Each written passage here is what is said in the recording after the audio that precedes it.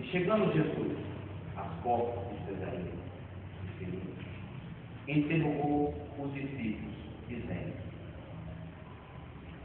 que diz os homens ser o Filho do Homem? E eles disseram: uns João Batista, outros Elias, e outros Jeremias, ou um dos profetas. E disse ele: ele sei quem sou eu. E respondeu Pedro, respondendo, disse: tu és o Filho do Deus vivo. E Jesus, respondendo, disse: bem-aventurado é tu, Simão Barjona, porque não foi carne nem sangue que tu revelaste, mas revelaste o Filho do Deus vivo. Irmãos, governo passarinho. Senhor Deus, fala. Deus, é no nome do teu Filho amado, Jesus, que queremos adentrar a tua presença mais uma vez nesta noite. Queremos te agradecer pelo pão, queremos te agradecer, ó Deus, pelo ar que nós respiramos. Queremos te agradecer porque tu és presente em nós. Fala conosco através da tua palavra. Em nome de Jesus, ó Deus, aquilo que tu já internares no meu coração, me dá liberdade plena e total, para poder a tua experiência. Em nome do Pai e do Espírito. Amados, quando Deus me deu esse texto, creio que Deus me deu o texto. Ele também me deu um tema. E o tema que Deus me deu é justamente esse aqui. Quem é Jesus? Eu creio que essa pergunta tem ecoado em cada coração deste mundo. Quem é Jesus? O que representa Jesus? Na minha, na tua, nas nossas vidas, no mundo cristiano. Quem é Jesus? Irmão, a Bíblia registra uma importante troca de identidade que ocorreu entre Jesus e seus discípulos. Esse fato foi tão importante que ele ficou registrado nos 3 primeiros evangelhos, conhecidos como Evangelho Simão. Está registrado em Mateus 16, texto que nós lemos, em Marcos 8, em Lucas 9. Quando Jesus foi chegando em Cesareia, ele fez essa seguinte pergunta: que diz os homens?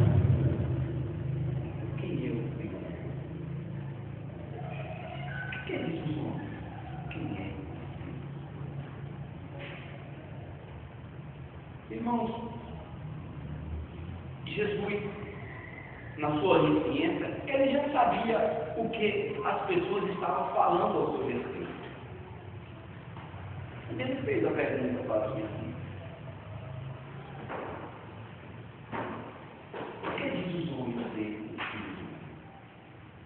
Amados e queridos, que Deus ministrou esse tema no meu coração. Quem é Jesus? E também, segundo a afirmação dos discípulos, o comentário da multidão, Deus também ministrou um ponto, ou melhor dizer, 4 lições que nós devemos tirar das nossas vidas, segundo esse texto que nós temos. O primeiro ponto é um povo desinformado. Um povo completamente desinformado. Isaías 5,13 nos fala mesmo assim: o meu povo está sendo levado ao cativeiro por falta de conhecimento. Um povo desinformado a respeito de Jesus. Um povo completamente desinformado a respeito do Filho de Deus. E Jesus ele fez essa pergunta para os seus discípulos. E a resposta dos discípulos foi: um diz que tu és Elias, outros dizem que tu és Jeremias, outros dizem que tu és João Batista ou um dos profetas. Aí você pode se perguntar: o que diz sua vida? Nossa, vocês não irão lidar com esse tipo de polêmica. Pessoas que fazem uma leitura com o nome de Jesus. Ou seja, um Jesus que na Páscoa é um coelho. No Natal é um Papai Noel. Na Índia é uma vaca, é um animal. E sobre as vossas vidas está a responsabilidade de ministrar para essas pessoas, de mostrar para essas pessoas quem é Jesus. Porque vocês há de convir junto comigo que a resposta do povo, segundo a afirmação dos discípulos, não é condizente ao fim de Deus. O segundo ponto, ou a segunda lição que nós podemos tirar para as nossas vidas, é de que são pessoas que não leem a palavra de Deus. Pessoas que não leem a palavra de Deus. E em Mateus 22, 29, a palavra de Deus fala de errais por não examinar as Escrituras. Ou seja, essa falta de informação é porque as pessoas não leem. Se as pessoas não leem, elas não têm uma fé fundamentada, elas não têm uma base fundamentada, por falta de examinar as Escrituras. E já está a estatística aí, futuros missionários, pastores, que pastores são as pessoas que menos leem a palavra de Deus. Ainda bem que não tem muito pastores, mas eu creio que vocês serão pessoas que irão estar buscando a presença de Deus, ler a palavra de Deus constantemente. Se essas pessoas lessem a palavra de Deus, eles iriam detectar, eles iriam ver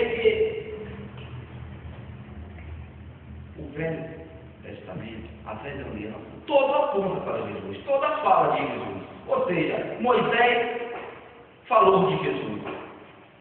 Todos os profetas falaram de Jesus, anunciaram a chegada do Filho de Deus.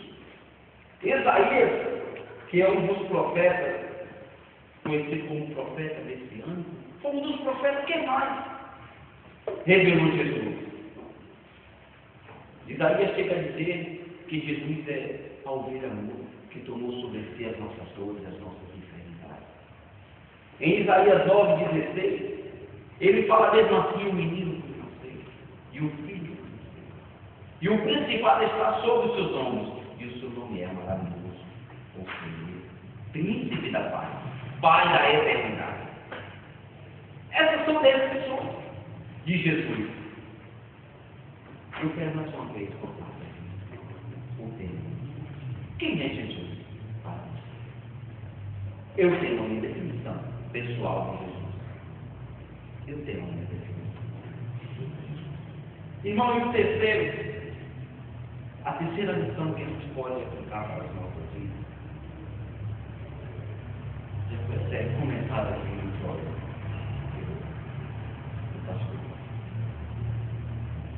Erros de uma má interpretação. Vê que a interpretação que os discípulos falaram a respeito, que as pessoas comentaram de Jesus, era uma interpretação errônea. Erros de uma má interpretação, que vai dar em uma seita ou uma heresia.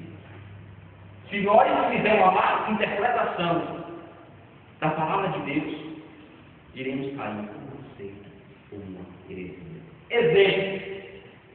Os TJ, eles dizem que vão estar abertos. Há uns 15 dias passados, mais ou menos, eu tinha chegado em casa e disse: teve aqui uns testemunhos de Jeová, e ficaram aqui explicando aqui. Eu disse: bom que eles chegassem na hora que eu tivesse. Deus me propôs essa oportunidade. E eles chegaram lá, e eu gosto de deixar eles falar, tá? Eu posso falar segundo o comentário deles. E eles falavam sobre justamente isso aqui, que eles iriam herdar a terra, baseados naquilo que está lá no Salmo 37, versículo 9, que diz que iríamos herdar a terra. E eu fiz assim: deixa ele explicar, e eu fiz a seguinte pergunta para ele: você sabe que terra é essa? Você sabe que terra é essa? O texto está falando. E eles não souberam explicar, eu expliquei a terra é essa aqui. Irmãos, Ele usou uma interpretação que pode nos levar a cair em uma falsa doutrina ou uma heresia. Outro exemplo de uma má interpretação: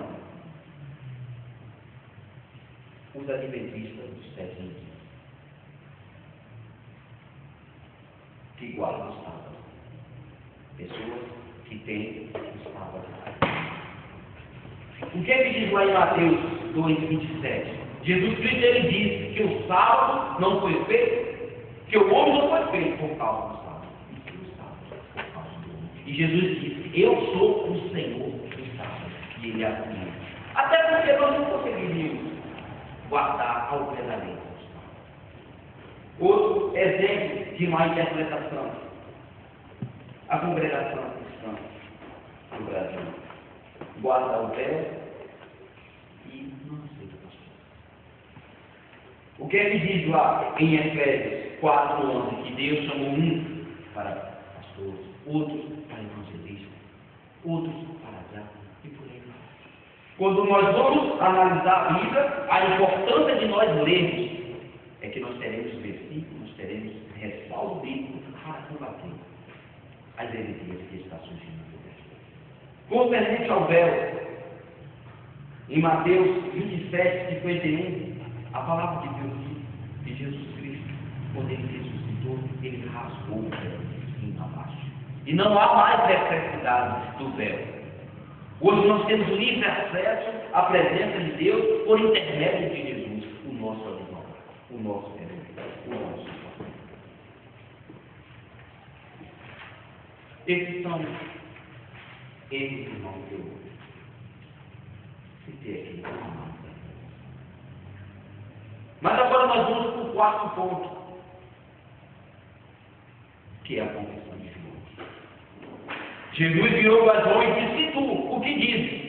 Quem é o filho do homem, Jesus? E João disse: tu é o filho de Jesus. E Jesus disse: bem-aventurado é tu, Simão Barjona, que não revelaste nem carne, nem sangue, mas revelaste o Filho de Deus. Por isso eu te digo que tu és Pedro.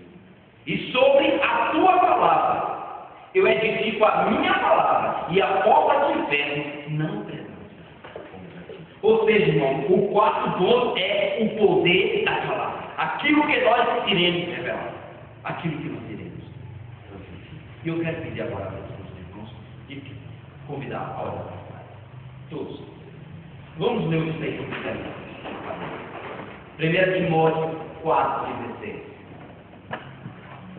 Tem cuidado desse meio e da sua vida, porque fazendo assim, salvar-se-á tanto como vocês ouvintes. Irmão, o poder da palavra está sobre a minha vida, sobre a sua vida, sobre as nossas vidas. Ou seja, aquilo que nós explanar, aquilo que nós explicar, as pessoas irão construir um Cristo dentro dele. Essa mesquilânea que está no mundo, como nós já falamos aqui, sobre a respeito de Jesus, uma descrição errônea sobre a pessoa de Jesus, está sobre as nossas vidas. Ou vocês creem, ou acreditam, que vocês estão aqui escrevendo o nome de um seminário. O Espírito de Deus irá soprar essa vida, as nossas vidas, pelos quatro cantos deste mundo, para mostrar a esse povo quem é realmente Jesus. E se você ministrar um Jesus derrotado, ou um Jesus que é a resposta que os discípulos disseram, eu creio que Timóteo e Paulo, quando escreveu a Timóteo, ele faz um alerta a Timóteo. Diz: Timóteo, quando tu for ministrar a palavra, não diz por aí que Jesus Cristo é Elias, não. Nem diz que Jesus Cristo é Jeremias. E nem diz que Jesus Cristo é João, porque esse certificado do Filho de Deus. Mostra para esse povo quem é o Filho de Deus. Mostra para esse povo. Faz com que essas pessoas construam dentro dele um Cristo ressurreto, um Cristo que ressuscitou ao terceiro dia, um Cristo que foi anunciado por João como o pão da vida, como a porta, como o caminho, a verdade e a vida, aquele que rasgou o véu de cima e baixo e nos deu livre acesso à presença de Deus. Não fala por aí heresias. você está a responsabilidade de ministrar a este povo desinformado, pessoas que não leem a palavra de Deus e que está formando seitas religiosas. Que Deus em Cristo nos abençoe. Que essa palavra. Amém, Jesus. Amém.